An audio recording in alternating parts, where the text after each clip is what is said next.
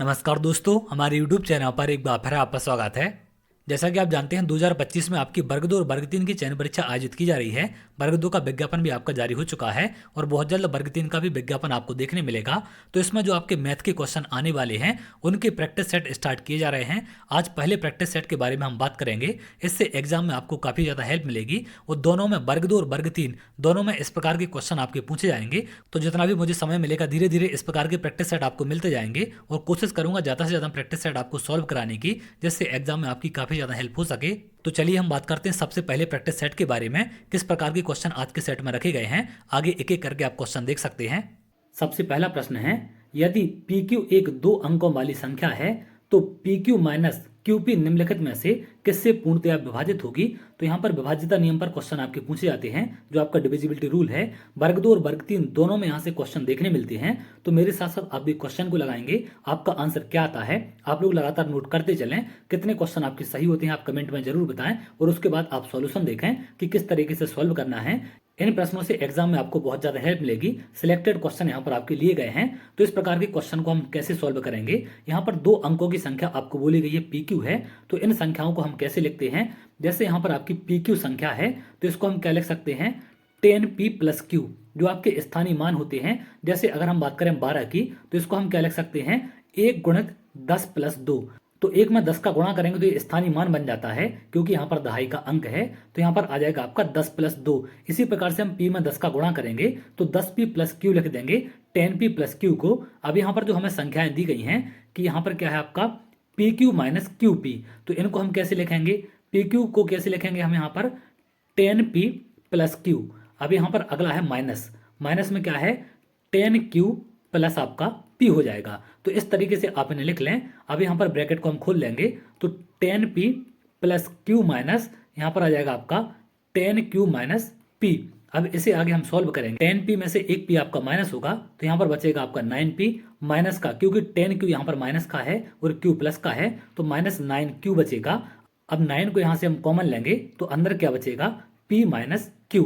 तो ये संख्या किससे आपकी डिवाइड होगी, आप देख सकते हैं 9 से आपकी संख्या डिवाइड होगी। ना तो ये 7 से होगी, ना 5 से होगी और ना ही आपकी 6 से। तो इसका सही आंसर होगा आपका ए वाला 9 से। तो 9 से ये संख्या आपकी डिवाइड हो जाएगी। इस प्रकार के क्वेश्चन को आपको इस तरीके से सॉल्व करना है। अगले प्रश्न पर आते हैं।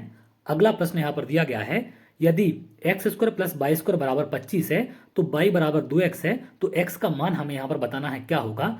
तो सबसे पहले इस रूट को यहाँ से हम हटाएंगे तो दोनों साइड का हम स्क्वायर कर देंगे। तो यहाँ पर क्या मिलेगा हमें, X square plus Y square बराबर हो जाएगा 25 का स्क्वायर। 25 का स्क्वायर होता है आपका 625। यहाँ पर अगर आप देखें y बराबर हमें 2x दे रखा है तो y का मान हम यहाँ पर पुट कर देंगे। तो यहाँ पर क्या मिल जाएगा हमें, एक्स स्क्वायर प्लस y का मान क्या है 2x का स्क्वायर बराबर मिल जाएगा हमें 625 के। अब यहाँ पर इसे हम सॉल्व करेंगे तो ये है हमारा एक्स स्क्वायर, 2x का स्क्वायर करेंगे तो ये कितना आएगा आपका 4x स्क्वायर बराबर 625। अब इसे जोड़ेंगे तो कितना हो जाएगा आपका 5x स्क्वायर बराबर मिल जाएगा हमें 625 के। 5 से इसको हम काटेंगे कितनी बार कट जाएगा, ये 5 से कटेगा आपका 125 बार। तो एक्स स्क्वायर बराबर मिल गया 125। तो x बराबर कितना हो जाएगा आपका रूट के अंदर 125। आप यहाँ पर देख सकते हैं सी वाला आपका आंसर होगा। तो इस तरीके से आप इन क्वेश्चन को सॉल्व कर सकते हैं। दोनों की यहाँ पर हमें हेल्प लेनी पड़ेगी। y बराबर 2x जो आपको दिया गया है इसकी वैल्यू यहाँ पर आप पुट करें। आप चाहें तो x बराबर y बटे 2 की वैल्यू भी पुट कर सकते हैं, इससे भी आपका सेम आंसर आएगा। लेकिन यहाँ पर हमें x का मान पूछा गया था तो इस बात का आप ध्यान रखें, आपको x की वैल्यू पुट नहीं करनी है। क्योंकि अगर आप x की वैल्यू पुट करेंगे तो आपको पहले y मिलेगा, उसके बाद आप x निकालेंगे तो आपका समय ज़्यादा लग जाएगा। तो थोड़ा सा क्वेश्चन में आपको अवेयर रहना है। थोड़ी चीज़ें आप देख लें कि आपसे क्वेश्चन में क्या पूछी गई हैं, जिससे कम टाइम में आपका क्वेश्चन सॉल्व हो जाए, क्योंकि टाइम बहुत ज़्यादा आपका इंपॉर्टेंट होता है। अगले प्रश्न पर आते हैं। अगला प्रश्न यहाँ पर पूछा गया है, 36 और k का लघुत्तम समवर्त यहाँ पर क्या है आपका 72 है, तो k के संभावित मान ज्ञात करना है कितने हो सकते हैं। यहाँ पर आप पहले ऑप्शन देखें, पहले ऑप्शन में है केवल 24 होगा, अगले ऑप्शन में है 8 24 72 है, यहाँ पर 24 72 है, अगला यहाँ पर 8 केवल है। तो यहाँ पर हम सबसे पहले चेक करेंगे कि क्या 72 रखने से काम बनेगा या फिर नहीं बनेगा। तो k का मान अगर हम 72 लें तो यहाँ पर संख्या क्या होगी 36 और 72। अब 36 से 72 डिवाइड हो जाता है, यानी कि इनका एलसीएम कितना हो जाएगा आपका, ये 72 होगा। क्लियर है? तो यहाँ पर एक चीज क्लियर है कि 72 मान आपका के का बिल्कुल संभव है। तो यहाँ पर दो ऑप्शन आपके हो सकते हैं, एक तो ये वाला और एक आपका ऊपर वाला। केवल 8 वाला और केवल 24 वाला ऑप्शन आपका गलत हो जाएगा, तो थोड़ा सा ऑप्शन भी आप एलिमिनेट कर सकते हैं। अगला आप देखें 24, तो यहाँ पर आप देखेंगे 24 आपका दोनों में है, तो 24 आपको अब चेक नहीं करना है क्योंकि बी ऑप्शन में और सी ऑप्शन में दोनों में आपको 24 दिया गया है। तो थोड़ा सा आप समय को बचाएंगे। आप के का मान 8 रख के आप देख लें, अगर 8 से आपका एलसीएम 72 आ जाएगा तो बी वाला आंसर होगा, अदरवाइज आप सी वाले पर टिक कर देंगे। तो यहाँ पर अगर आप 36 और 8 का एलसीएम देखेंगे तो बिल्कुल यहाँ पर आपको 72 एलसीएम मिलेगा। आप एलसीएम निकाल कर देख सकते हैं, तो ये वाला आपका आंसर हो जाएगा। सी वाले ऑप्शन में केवल आपको 24 और 72 दिया गया है, लेकिन यहाँ पर हमसे सभी संभावित मान पूछे गए हैं कि के कितने मान यहाँ पर संभव हैं। तो 8, 24 और 72 तीनों इसके आंसर होंगे, यानी कि बी वाला इसका आंसर होगा। तो इस तरीके से आप थोड़ा सा यहाँ पर कॉमन सेंस लगाएंगे कि कौन से ऑप्शन में क्या चीज हमें चेक करनी है और क्या चीज हमें चेक नहीं करनी है। ऑप्शन का विशेषकर आप ध्यान रखें क्योंकि मैथ में ऑप्शन बहुत ज्यादा आपके इंपॉर्टेंट होते हैं। अगले प्रश्न पर आते हैं। अगला प्रश्न यहाँ पर दिया गया है, एक शहर की जनसंख्या 8000 है, यदि पुरुषों की संख्या में 8% और महिलाओं की संख्या में 12% की वृद्धि होती है तो जनसंख्या यहाँ पर आपकी 8680 हो जाएगी। तो शहर में महिलाओं की संख्या में बतानी है। अब इस क्वेश्चन को आप दो तरीके से सॉल्व कर सकते हैं। एक तो आपका बेसिक वाला है कि आप मान लें कि आपकी महिलाएं कितनी है, आप x मान लें, तो पुरुष आपके कितने हो जाएंगे यहाँ पर 8000 माइनस x। इस तरीके से आप मान सकते हैं। अब पुरुषों की संख्या आपकी 8% बढ़ रही है, तो यहाँ पर 8000 माइनस एक्स का आप 8% बढ़ा दें तो ये कितना हो जाएगा 108/100, प्लस महिलाओं की संख्या कितनी बढ़ रही है आपकी, ये एक्स से ये 12% बढ़ रही हैं, तो 112% यहाँ पर हो जाएंगे और ये बराबर कितनी हो गई हैं 8680 के। एक तो इस तरीके से आप सॉल्व कर सकते हैं, लेकिन इससे बेसिक से आपको ज़्यादा समय लग जाएगा। अब यहाँ पर आप सॉल्व करेंगे तो x का मान आपको मिल जाएगा। एक तरीका आप क्या यूज कर सकते हैं, जैसे यहाँ पर जो आपकी 8000 जनसंख्या है इसमें आपकी दो चीज़ें हैं, एक तो आपकी फीमेल हैं और एक आपके मेल हैं। जो आपकी फीमेल है आपकी 12% से बढ़ रही हैं और जो आपके मेल हैं आपके 8% से। अब हम 12% को क्या लिख सकते हैं 4% प्लस 8%, क्योंकि यहाँ पर महिलाएं भी आपकी 8% से बढ़ रही हैं। तो अगर हम देखें कि अगर पुरुष और महिलाएं दोनों 8% से बढ़ाई जाए तो संख्या कितनी हो जाएगी, तो दोनों 8% से अगर हम बढ़ाएंगे तो संख्या कितनी हो जाएगी। अब यहाँ पर 8000 से 8680 संख्या हो जाती है, यानी कि 680 संख्या इनकी आपकी बढ़ रही है।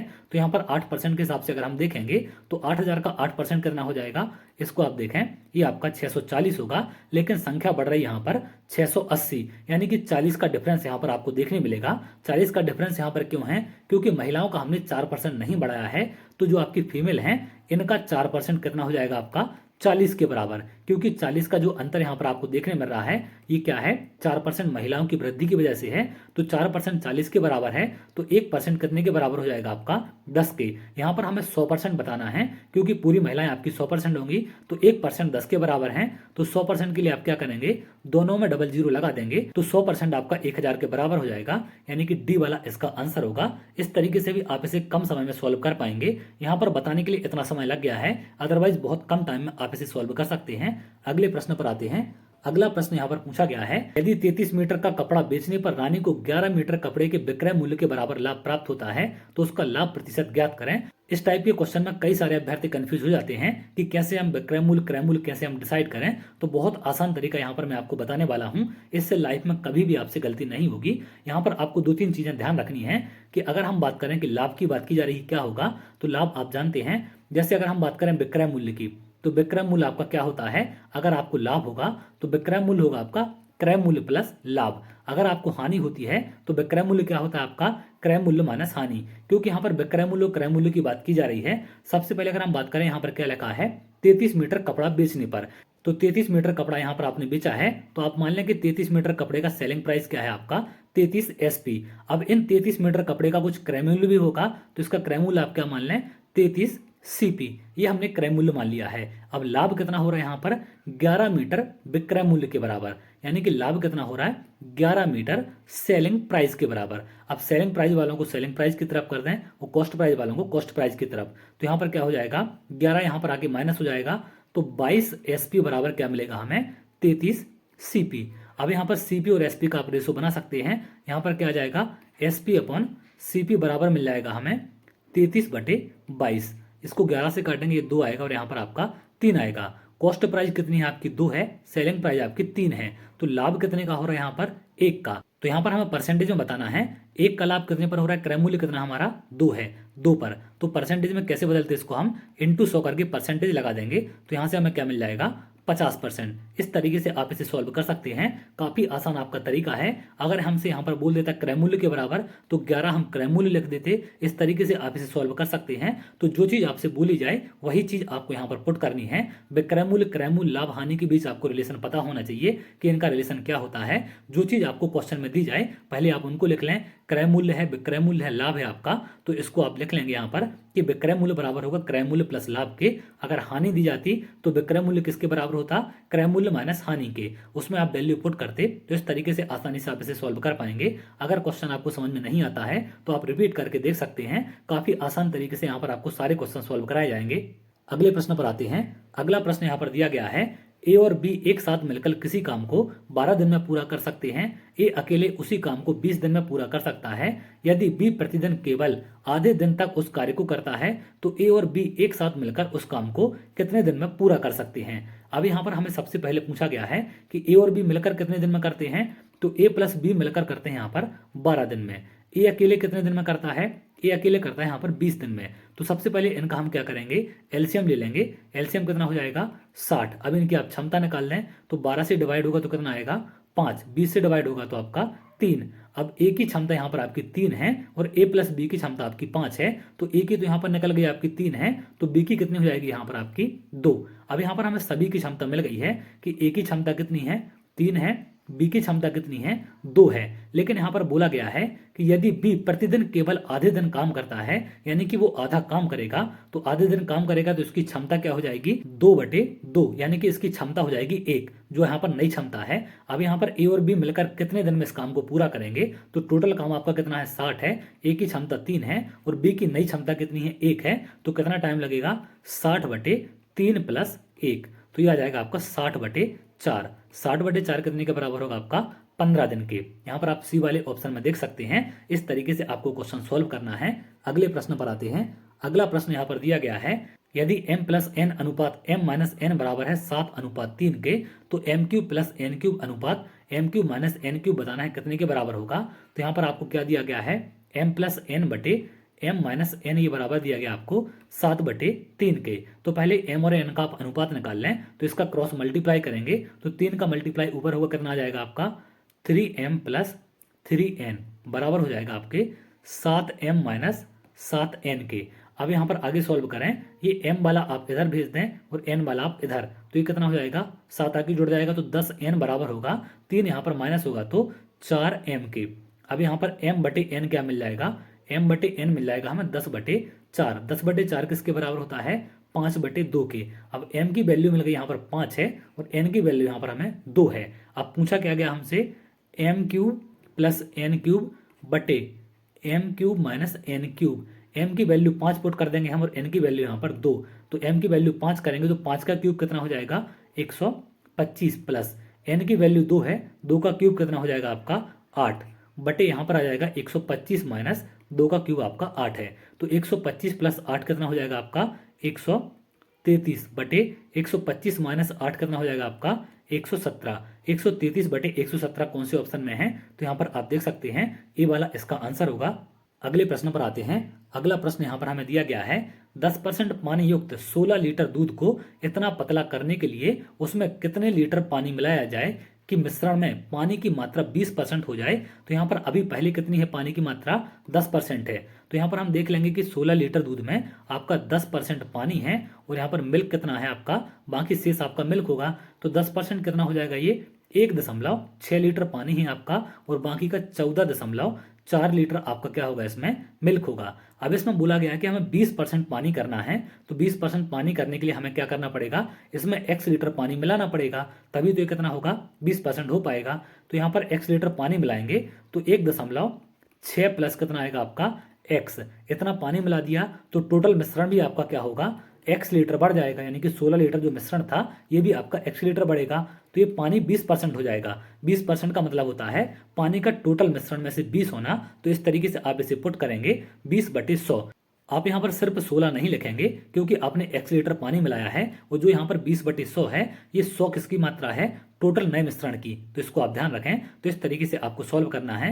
अब 100 का गुणा ऊपर कर दें, यहाँ पर पहले से आप कैंसिल कर दें, ये एक बार कट जाएगा, ये आपका 5 बार कटेगा। इसको आगे हम सॉल्व करेंगे। 5 का ऊपर मल्टीप्लाई होगा 1.6 में, तो ये 80 बन जाएगा। 80 का मतलब 8 आएगा क्योंकि दशमलव लगा है। प्लस 5x बराबर क्या मिलेगा हमें, 16 प्लस x। अब 5x में से x को हम माइनस करेंगे तो ये मिलेगा हमें 4x बराबर 16 में से 8 माइनस होगा तो कितना मिलेगा, 8। 4 से 8 कटेगा आपका 2 बार। x का मान आ गया 2 लीटर। तो यहाँ पर 2 लीटर हमें इसमें क्या करना पड़ेगा, पानी की मात्रा मिलानी पड़ेगी। तो मिश्रण 20% यहाँ पर आपका पानी हो जाएगा। अगले प्रश्न पर आते हैं। अगला प्रश्न यहाँ पर पूछा गया है, एक अर्धगोले का पूर्ण पृष्ठीय क्षेत्रफल आपका कितना है, 108 बाई सेंटीमीटर है। तो पहले तो आपको पूर्ण पृष्ठीय क्षेत्रफल इसका पता होना चाहिए। ये कितना होता है आपका 3πr²। ये दिया गया आपको 108 पाई के। तो यहाँ पर पाई से आपका पाई कट जाएगा। 8 से इसको आप काटें तो कितनी बार कटेगा, 8 से 3 बार कटेगा, यहाँ पर 36 बार। तो r² बराबर मिल गया 36 के। तो यहाँ पर हमें r क्या मिल जाएगा, r मिल जाएगा 6। त्रिज्या कितनी है अर्धगोले की, आपकी 6 है। तो अर्धगोले का आयतन हमसे पूछा गया है। तो अर्धगोले का आयतन क्या होता है, 2/3 पाई r³। यहाँ पर आप इसकी वैल्यू पुट कर देंगे। सभी ऑप्शन में पाई आपको दिया गया है, तो पाई की वैल्यू आप पुट ना करें क्योंकि इससे आपका समय खराब हो जाएगा। तो यहाँ पर आएगा आपका 2/3 पाई। 6 का क्यूब है तो 6 को आपको 3 बार यहाँ पर गुणा करना पड़ेगा। अब यहाँ से 3 से आप काट दें, ये 6 आपका 2 बार कट जाएगा। अब इनका गुणा आप कर दें, 6 गुणा 6 कितना होगा, 36। 36 गुणित आपका 4 है। तो यहाँ पर आएगा आपका 36 गुणित 4 पाई। 4 का इसमें गुणा करें आप कितना आ जाएगा, 4 गुणित 6 कितना, लास्ट में 4 आएगा। अब यहाँ पर आपका चंगन दिया गया तो ये तो ऑप्शन आपका हो नहीं सकता, तो आप सी वाला आंसर टिक कर देंगे। यहाँ पर आपको कैलकुलेशन करने की भी जरूरत नहीं है क्योंकि चंगन वैल्यू आपकी नहीं हो सकती है। 6 गुणित 6 36, तो यही हो जाएगा आपका। तो ज़्यादा समय इसमें आप खराब ना करें। 144 डायरेक्ट आप यहाँ पर आंसर टिक कर सकते हैं। 144 पाई आपका। अगले प्रश्न पर आते हैं। अगला प्रश्न यहाँ पर पूछा गया है, एक निश्चित साधारण ब्याज की दर पर उधार दी गई राशि 2 वर्ष में बढ़कर 720 रुपए और इसके बाद अगले 5 वर्ष में बढ़कर 1020 रुपए आपकी हो जाती है। तो 2 साल में आपकी कितनी राशि हो रही है, 720 रुपए है। अगले 5 वर्ष में यानी कि टोटल 7 वर्ष में कितनी हो जा रही है आपकी, 1020 रुपए। तो यहाँ पर आप इनका डिफरेंस देखें कि साधारण ब्याज का डिफरेंस कितना है। ये कितने साल का अंतर है, 5 साल का। तो 5 साल में कितना ब्याज मिल रहा है इनको, तो यहाँ से आप देखेंगे 0 में से 0 माइनस होगा 0 आएगा, 2 में से माइनस करें 0 आएगा और 10 में से ये करेंगे तो आपको 3 मिल जाएगा। तो 5 साल का ब्याज कितना आपका 300 रुपए है। 1 साल का ब्याज कितना हो जाएगा आपका 60 रुपए। तो इस तरीके से आप ब्याज निकाल सकते हैं क्योंकि साधारण ब्याज सभी वर्षों में समान मिलता है। तो यहाँ पर हमसे पूछा गया है कि राशि ज्ञात करनी है। अब देखिए 2 वर्ष में 720 रुपए होता है और प्रति साल आपको 60 रुपए यहाँ पर लाभ के रूप में मिल रहा है। तो 2 साल में कितना ब्याज मिला होगा, 120 रुपए। तो 2 साल में आपके जो 720 हो रहे हैं इसमें 120 आपका 2 साल का ब्याज है। तो इसे हम माइनस कर देंगे तो हमें कितना मिल जाएगा यहाँ पर 600 रुपए। और 600 रुपए हमारा क्या हो जाएगा, मूलधन होगा। तो इस तरीके से आप इसे ज्ञात कर सकते हैं। अगले प्रश्न पर आते हैं। अगला प्रश्न पूछा गया है, यदि ब्याज की गणना वार्षिक चक्रवृद्धि आधार पर करते हुए 10% वार्षिक दर से 1 सही 2/5 वर्ष के लिए निवेशित रुपए 19,500 की धनराशि पर प्राप्त चक्रवृद्धि ब्याज ज्ञात करना है। तो यहाँ पर 10% रेट है और 1 सही 2/5 वर्षों की बात की जा रही है। तो इसमें कई सारे अभ्यर्थियों को समस्याएं हो सकती हैं कि कैसे हम ज्ञात करें। तो सबसे पहले यहाँ पर आपको 19,500 मूलधन जो दिया गया है इसका आप 10% निकालेंगे तो पहले साल का ब्याज कितना हो जाएगा, 1950 रुपए। लेकिन अब दूसरे साल की बात पूरे साल की नहीं की जा रही है, 2/5 वर्ष की बात है। तो यहाँ पर हम दूसरे साल का पूरा ब्याज निकाल लेंगे तो 10% से कितना हो जाएगा, 1950 रुपये आपका ये हो जाएगा और इस पर भी ब्याज लगेगा तो 195 यहाँ पर आपका ये निकल जाएगा। तो दूसरे साल का टोटल ब्याज यहाँ पर आप देख लें कि कितना मिलेगा। तो इनको आप चाहें तो जोड़ सकते हैं। तो 0 और 5 5 हो जाएगा, 5 और 9 14, 4 1 हासिल आएगी आपकी, 9 1 10 11। यहाँ पर 2,145 रुपये आपका दूसरे साल का ब्याज है। लेकिन हमें दूसरे साल का ब्याज पूरा नहीं पूछा गया है। यहाँ पर हमसे 2/5 की बात की गई है तो इसका हम 2/5 निकाल लेंगे। 5 से आप कैंसिल करें, ये 4 बार कटेगा, 1 आएगा, यहाँ पर 2 बार और 9 बार। यहाँ पर 2 का आप गुणा करेंगे तो पीछे 8 आएगा, 2 4 5 हो जाएगा, 858 रुपये। और ऊपर आपको पहले साल का ब्याज कितना है, 1950 रुपये। तो 1950 में हम क्या करेंगे, 58 को जोड़ देंगे। ये चीज़ मैंने यहाँ पर क्यों की है, क्योंकि 2/5 साल का ब्याज पूछा गया है, अगले दूसरे साल का ब्याज नहीं पूछा गया। लेकिन हमने यहाँ पर जो ये ब्याज निकाला है ये पूरे दूसरे साल का है। अगर हमसे 1/2 वर्ष की बात की जाती तो हम दूसरे साल के ब्याज को 1/2 कर देते। यहाँ पर हमसे 1/3 वर्ष की बात की जाती तो दूसरे साल के ब्याज को हम 1/3 कर देते। इस तरीके से आप ब्याज निकाल सकते हैं। इसे आप जोड़ेंगे तो पीछे क्या आएगा, 8 आएगा, 5 5 10 जीरो हो जाएगा। यहाँ पर 9 1 10 18 और 1 और 1 2, 2808 रुपये। 2808 किस में है, पहले वाले ऑप्शन में आप देख सकते हैं। तो इस तरीके से आसानी से आप इसे सॉल्व कर पाएंगे। इस प्रकार से आप आसानी से कैलकुलेशन कर सकते हैं। यहाँ पर 2/5 को लेकर आपको परेशान नहीं होना है। दूसरे साल का पूरा ब्याज निकाल लें, उसके बाद आप क्या करेंगे, उस पूरे ब्याज का 2/5 कर देंगे तो उतने समय का ब्याज आपको मिल जाएगा। सभी क्वेश्चनों में इस प्रकार से आप कर सकते हैं। अगले प्रश्न पर आते हैं। अगला प्रश्न यहाँ पर पूछा गया है कि यदि ए और बी की वर्तमान आयु का योग कितना है, 30 साल है, तो ए और बी की आयु का योग कितना दिया गया, इनकी वर्तमान आयु की बात की जा रही है, इनका योग आपका 30 साल है। 5 वर्ष बाद उनकी आयु का अनुपात 3:2 होगा। तो पहले तो यहाँ पर आप देख लें, या तो आप चाहें तो इनकी x और y आयु मान सकते हैं, या फिर x और 30 - x भी मान सकते हैं। तो जैसे अगर हम इसकी आयु x मान लें, इसकी आयु y मान लें, तो ये कितना हो जाएगा, 30 के बराबर। 5 वर्ष बाद आयु कितनी होगी, x की आयु कितनी हो जाएगी, x + 5, y की आयु कितनी हो जाएगी, y + 5, और इनका अनुपात कितना हो रहा है यहाँ पर, 3/2। अब इसका क्रॉस मल्टीप्लाई आप कर दें तो आगे हमें क्या मिलेगा, पहले 2 का ऊपर गुणा करेंगे तो ये मिल जाएगा हमें 2x + 10 बराबर 3 का नीचे गुणा करेंगे तो 3y + 15। अब यहाँ पर मिल जाएगा हमें 2x - 3y बराबर 10, इस तरफ चला जाएगा तो ये आपको 5 बचेगा। अब यहाँ पर 2 इक्वेशन है, एक आपके पास ये है और एक इक्वेशन आपके पास ये है। अब यहाँ पर आप देख लें किसकी वैल्यू आपसे पूछी गई है, ए की वर्तमान आयु आपसे पूछी जा रही है, यानी कि आपको x का मान निकालना है। तो हम y को क्या करेंगे, बराबर कर देंगे। x + y यहाँ पर आपको 30 दिया गया है और यहाँ पर आपको 2x - 3y बराबर 5 है। तो ऊपर हम क्या करेंगे, दोनों तरफ 3 का गुणा कर देंगे तो ऊपर प्लस का 3y मिल जाएगा और यहाँ पर आपका क्या हो जाएगा, 3x + 3y बराबर 90 मिल जाएगा। तो यहाँ से 3 से 3 क्या हो जाएगा, आपका कैंसिल हो जाएगा। 3 और 2 ये जोड़ना पड़ेगा इनको, क्योंकि यहाँ पर साइन ऑलरेडी चेंज है आपके। तो 5x बराबर कितना होगा, 90 ऊपर है, नीचे 5 है, तो ये हो जाएगा आपका 95। तो x बराबर क्या मिल जाएगा, 5 से आप इसको काट दें, ये 19 बार यहाँ पर कट जाएगा आपका। तो आयु कितनी मिल जाएगी, वर्तमान आयु की बात की जा रही है, तो ए की वर्तमान आयु होगी आपकी 19 साल। अगर यहाँ पर 5 साल बाद की बात करते तो इसमें हम 5 ऐड कर देते, लेकिन वर्तमान आयु पूछी गई है। अगले प्रश्न पर आते हैं। अगला प्रश्न यहाँ पर आपका पूछा गया है, 5 क्रमागत संख्याओं का औसत 100 है, तो सबसे बड़ी संख्या और सबसे छोटी संख्या के वर्गों का अंतर क्या होगा। तो ये चीज़ आपको ध्यान रखनी है, जो आपकी क्रमागत संख्याएं होती है, कॉन्जुगेटिव नंबर होते हैं, इनका औसत क्या होता है, हमेशा बीच वाली संख्या। अगर मान लीजिए जैसे आपकी 3 संख्याएं हैं तो हमेशा बीच वाली संख्या आपका एवरेज होगी, लेकिन अगर आपकी 4 संख्याएं हैं तो हमेशा इन बीच वाली 2 संख्याओं के बीच की संख्या आपकी एवरेज होती है। तो यहाँ पर हमसे 5 संख्याएं बोली गई हैं कि जो आपकी 5 संख्याएं हैं इनका औसत कितना है, आपका औसत बोला गया आपका 100 है। तो औसत मतलब क्या होगा, आपका बीच वाली संख्या 100 है, सभी आपकी क्रमागत हैं, तो अगली संख्या 101 होगी, अगली संख्या 102, इसकी पिछली वाली संख्या 99 होगी और ये संख्या आपकी 98 होगी। यहाँ पर हमें सबसे बड़ी और सबसे छोटी संख्या के वर्गों का अंतर पूछा गया है। तो 102 सबसे बड़ी संख्या है, इसके वर्ग का और 98 के वर्ग का अंतर यहाँ पर हमसे पूछा गया है। अब इनका वर्ग आपको नहीं करना है, a² - b² वाली आप सर्व समीकरण लगाएंगे तो यहाँ पर क्या मिल जाएगा, 102 + 98, पहले ऑप्शन में मिलेगा a + b, और यहाँ पर मिल जाएगा आपको 102 - 98 a - b, क्योंकि a² - b² क्या होता है आपका a + b a - b। तो इसको सॉल्व करेंगे तो कितना हो जाएगा आपका 200 इंटू यहाँ पर कितना मिलेगा 4, 200 इंटू 4 कितना आ जाएगा 800। अगर इसका आप वर्ग करेंगे तो बहुत ज़्यादा समय आपको लग जाएगा, तो ये गलती भी आपको नहीं करनी है। कौन सी चीज़ कहाँ पर आपकी अप्लाई हो जाए, थोड़ा सा प्रेजेंस ऑफ माइंड आपको यूज करना है, जिससे कम समय में आपके क्वेश्चन सॉल्व हो जाएंगे। तो ए वाला इसका आंसर होगा। अगले प्रश्न पर आते हैं। अगला प्रश्न यहाँ पर दिया गया है, यदि एक समद्विबाहु समकोण त्रिभुज के कर्ण की माप 8 सेंटीमीटर है। यहाँ पर बोला गया है समद्विबाहु समकोण त्रिभुज, यानी कि जिसकी 2 भुजाएं समान हैं, लेकिन वो आपका कैसा त्रिभुज है, समकोण त्रिभुज है। 2 भुजाएं आपकी बराबर हैं और इस प्रकार से आपका समकोण त्रिभुज है। ये भुजा आपकी x है, ये भुजा भी आपकी x है, इसका कर्ण कितना है 8 सेंटीमीटर है। तो त्रिभुज का क्षेत्रफल हमें ज्ञात करना है। तो पहले तो यहाँ पर हम x निकाल लेंगे, पाइथागोरस प्रमेय लगाएंगे तो क्या मिलेगा, लंब का वर्ग धन आधार का वर्ग बराबर क्या मिल जाएगा आपको, कर्ण का वर्ग। कर्ण का वर्ग कितना हो जाएगा 64, तो 2x² बराबर मिलेगा हमें 64। 2 से आप 64 को काटेंगे कितने बार कटेगा, 32 बराबर। तो एक्स स्क्वायर बराबर कितना मिल गया, 32।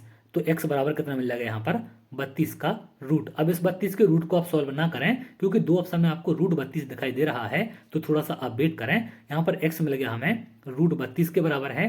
तो यहाँ पर इसका क्षेत्रफल क्या होता है, क्योंकि त्रिभुज का क्षेत्रफल पूछा गया है, तो क्षेत्रफल होता है आपका 1/2 आधार गुणित ऊंचाई। तो आधार यहाँ पर कितना है आपका, 32 ही होगा। तो 1/2 इंटू रूट 32 आपका आधार है, और यही आपकी क्या होगी, ये आपकी ऊंचाई होती है, ये आपका आधार होता है। तो यहाँ पर ऊंचाई भी कितनी है आपकी, रूट 32 है। तो रूट 32 इंटू रूट 32 क्या हो जाएगा आपका, 32 बाहर आएगा, 1/2 इंटू 32, तो 2 से कट जाएगा आपका 16 बार। तो इसका आंसर क्या हो जाएगा, 16 सेंटीमीटर स्क्वायर। इस तरीके से आप इसे सोल्व कर सकते हैं।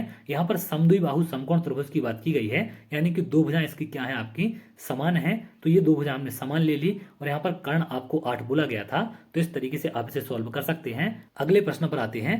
अगला प्रश्न यहाँ पर पूछा गया है, दो त्रिभुज DEF और PQR में यदि DE बराबर क्या है आपका, QR है। तो पहले तो हम दो त्रिभुज यहाँ पर बना लेते हैं कि दो त्रिभुज आपके कौन कौन से हैं। एक आपका DEF है और एक आपका PQR। आप पहले से नाम यहाँ पर नहीं लिखेंगे। यहाँ पर आप देखें क्या बोला गया है, आपको डायरेक्ट DEF और PQR नहीं लिखना है, क्योंकि यहाँ पर आपसे सर्वांग समता पूछी जा रही है, कॉन्ग्रुएंसी किस प्रकार से आप निकालते हैं। तो यहाँ पर आपको क्या बोला गया, DE बराबर QR है। तो पहले जिस लाइन को आप DE माने उसी प्रकार की लाइन को आप क्या मान लेंगे, QR, जैसा ऊपर बोला गया है। तो ऑटोमेटिक अगला नंबर यहाँ पर आपको मिल जाएगा। यहाँ पर DE आपने फिल कर दिया तो यहाँ पर F बचेगा, QR यहाँ पर आपने फिल कर दिया तो यहाँ पर क्या बचेगा, P बचेगा। अब यहाँ पर आपको त्रिभुज कैसे सर्वांग सम करने पड़ते हैं, जैसे ये वाली भुजा आपकी किसके बराबर है, इसके बराबर है। अगला आपको बोला गया है कि EF किसके बराबर है, ये वाली भुजा किसके बराबर है आपके, PR के, ये वाली। तो जिस वाली भुजा की अगर हम बात करेंगे वो समान साइड की भुजा के बराबर हो जाएगी, ये वाली भुजा आपकी इसके बराबर है। अब यहाँ पर हम किस प्रकार से त्रिभुज को सर्वांग सम लिखेंगे, तो जैसे आपने F से स्टार्ट किया, FDE, तो यहाँ पर भी आपको PQR करना पड़ेगा। यहाँ पर आप इस तरीके से लिखेंगे FED, तो यहाँ पर भी आपको PRQ लिखना पड़ेगा। यानी कि जिस डायरेक्शन में आप इस वाले में चलेंगे उसी डायरेक्शन में आपको इसमें चलना है। तो सबसे पहले आप देखें FED लिखा है, तो पहले आप चेक कर लें FED, इस तरीके से आप चल रहे हैं। यहां से चलना है FED, इसमें क्या चलना है आपको, PRQ। तो क्या ये PRQ के बराबर लिखा है, बिल्कुल लिखा है। तो पहला वाला ऑप्शन ही यहाँ पर हमारा सही हो जाएगा। अगला आप चेक करना चाहे तो चेक कर सकते हैं DEF। तो यहाँ पर आप देखें DEF इस प्रकार से चल रहे हैं, और यहाँ पर है आपका PQR, और यहाँ पर चल रहा है इस प्रकार से। तो यहाँ पर इस प्रकार से चलना है। तो सबसे पहले इसमें नीचे वाली लाइन चली जा रही है, लेकिन इसमें बगल वाली, तो ये वाला ऑप्शन आपका नहीं होगा, क्योंकि यहाँ पर हमसे कॉन्ग्रुएंसी सर्वांग समता पूछी गई है। तो ये क्या होंगे, आपके दोनों त्रिभुज आपके सर्वांग सम हो जाएंगे। इस प्रकार से आप इसको निकाल सकते हैं। तो ये थे आपके आज के टॉप इंपोर्टेंट क्वेश्चन, जो आपको एग्जाम में काफी ज्यादा हेल्प करेंगे। इसके साथ साथ और ज्यादा क्वेश्चन की अगर आप प्रैक्टिस करना चाहते हैं तो संदीपनी एकेडमी हटा एप्लीकेशन डाउनलोड कर सकते हैं। वीडियो के डिस्क्रिप्शन में इसका आपको लिंक मिल जाएगा, या फिर प्ले स्टोर पर आप सर्च करें संदीपनी एकेडमी हटा, तो वहां से आप उसे डाउनलोड करें। वर्ग 2 मैथ चयन परीक्षा की टेस्ट सीरीज आपकी लॉन्च हो चुकी है। चैप्टर वाइज टेस्ट आपके डलना स्टार्ट हो चुके हैं, और फिजिक्स केमिस्ट्री के टेस्ट भी वहां पर आपको प्रोवाइड किए जाएंगे। कुछ टेस्ट फिजिक्स के डलना आपके स्टार्ट हो चुके हैं, तो उन्हें जाकर आप देख सकते हैं। वर्ग 3 चयन परीक्षा की भी टेस्ट सीरीज आपकी लॉन्च हो चुकी है, और सब्जेक्ट वाइज टेस्ट आपके अपलोड होना स्टार्ट हो चुके हैं। धीरे धीरे करके आपके टेस्ट अपलोड होंगे, और आगे चल के वर्ग 3 के फुल लेंथ टेस्ट भी आपके अपलोड किए जाएंगे। अभी आप लोग के लिए स्पेशल ऑफर चल रहा है, तो उसे जाकर आप देख सकते हैं। न्यू 50 अगर आप कोड लगाएंगे तो फ्लैट 50 रुपए का डिस्काउंट आपको मिल जाएगा, और बहुत कम चार्ज में अच्छे लेवल की तैयारी आप कर पाएंगे। जैसा कि क्वेश्चन यहाँ पर आप देख रहे हैं, इसी तरीके से वहां पर आपको विद सॉल्यूशन सभी क्वेश्चन मिलेंगे, तो उनको जाकर आप देख सकते हैं। इस प्रकार के लगातार प्रैक्टिस सेट आपको मिलते रहेंगे, तो आप लोग अपनी तैयारी के साथ थोड़ा सा समय निकालकर इन क्वेश्चन को भी देखते चलें। इससे हो सकता है कोई नया तरीका आपको सीखने मिले, या फिर नए क्वेश्चन ऐसे आपको सीखने मिले जो आप तैयारी के दौरान ना देख पाए, तो इससे भी आपकी और तैयारी बेहतर हो जाएगी। तो चलिए, अगर आप ऐसी वीडियो चाहते हैं तो हमारे चैनल के साथ जुड़ सकते हैं, जिससे और भी इंपॉर्टेंट वीडियो आपको मिल सके।